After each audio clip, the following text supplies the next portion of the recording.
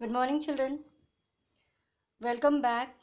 Today we are going to start with History Chapter 6, Rise of New Ideas and Thoughts. Okay, you would have heard about Vedas, different Upanishad, Jainism and Buddhism now.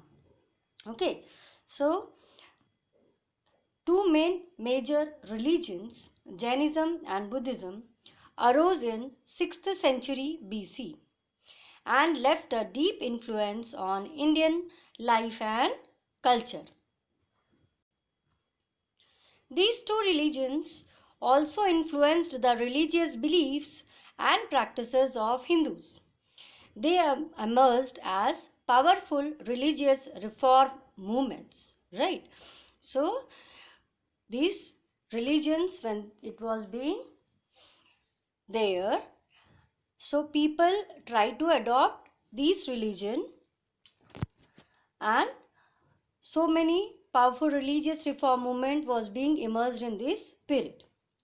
Upanishad, the term Upanishad means a session. Okay, session means for some particular knowledge or something to gain. We are going to, as a guru or a teacher or saint, someone is going to give you some ideas and knowledgeable things and all. So we are going to adopt that one.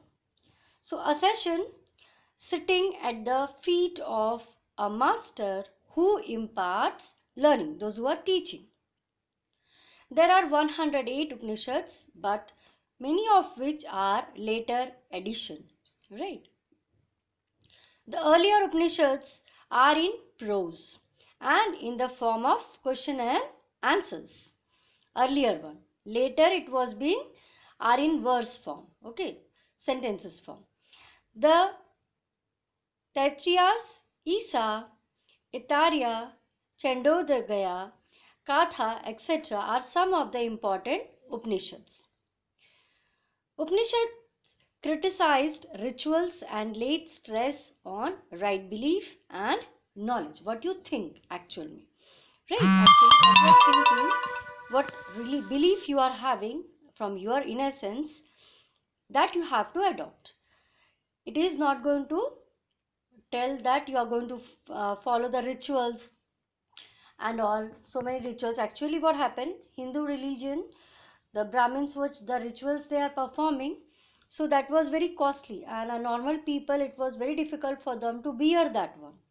So the people were in search of some easy religion which will be giving them respect also, and which is going to help them.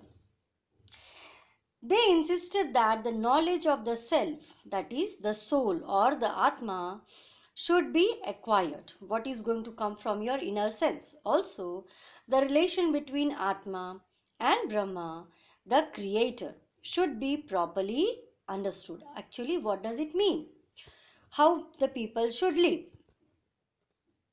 Brahma, the creator, emerged as the supreme god, followed by Vishnu, the preserver. He is the saver, that protector, and Shiva, the destroyer, also known as Rudra or Mahesh. The Upanishad says that salvation comes from knowledge rather than from mere faith or ritual. The various Upanishads were compiled at different points of time by learned men and women. Among women, Gargi, Maitreyi and Katyayani stand out. These were the women. Most of the Upanishads thinkers were from the upper classes only, right? However, Satyakama Jabala was an exception. He was son of a slave woman that was named Jabali. Satyakama was a disciple of Gautama, a Brahmin. Satyakama was a great thinker and contributed much to the Upanishad, right? So he was the son of a slave woman, but then also the thought which he was having related to the things that was being accepted, and it was being added and contributed in Upanishad. Shankaracharya came later, a great exponent of the Upanishads. He propounded the theory of Advitya. Advaita, right? So he was also being well known, Shankaracharya, because he has also given a lot of thing in Upanishad. Causes for the rise of Buddhism and Jainism. Why this has been emerged? Jainism and Buddhism arose as a reaction to the rigid Vedic religion. The Vedic religion was a religion of many rites and sacrifices. Common people were unable to understand. As I told, it was difficult to found.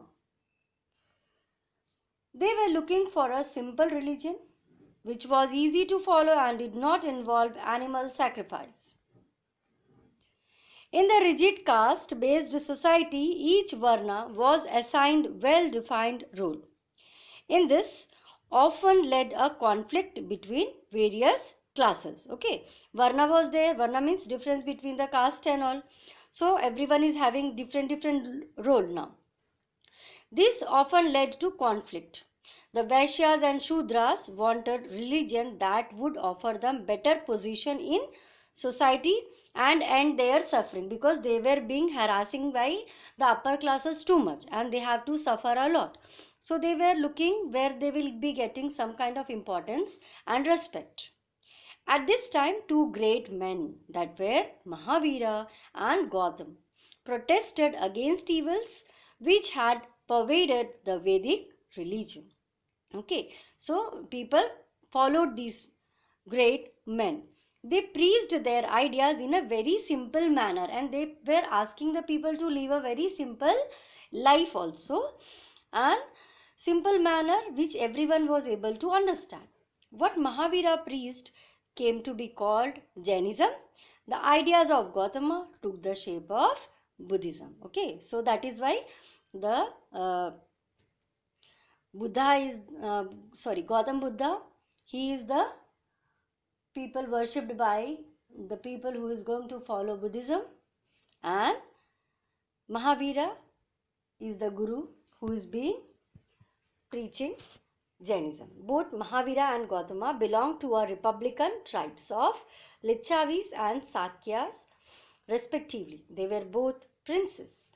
They were at their youth time, they were living a luxurious life, but by seeing the problems and the things which the people were suffering facing, so they had left that thing. Who in their youth enjoyed every luxury that royalty was entitled to. Seeing human suffering, they set off in quest of a solution. By they were requiring, they are going to find out why these people have to suffer a lot and how their sufferings can come to an end, how they can live a simple life. These all things are being important things which they want to know. That is why they left their luxurious life and they went for searching some solutions for that. Okay, now thank you children.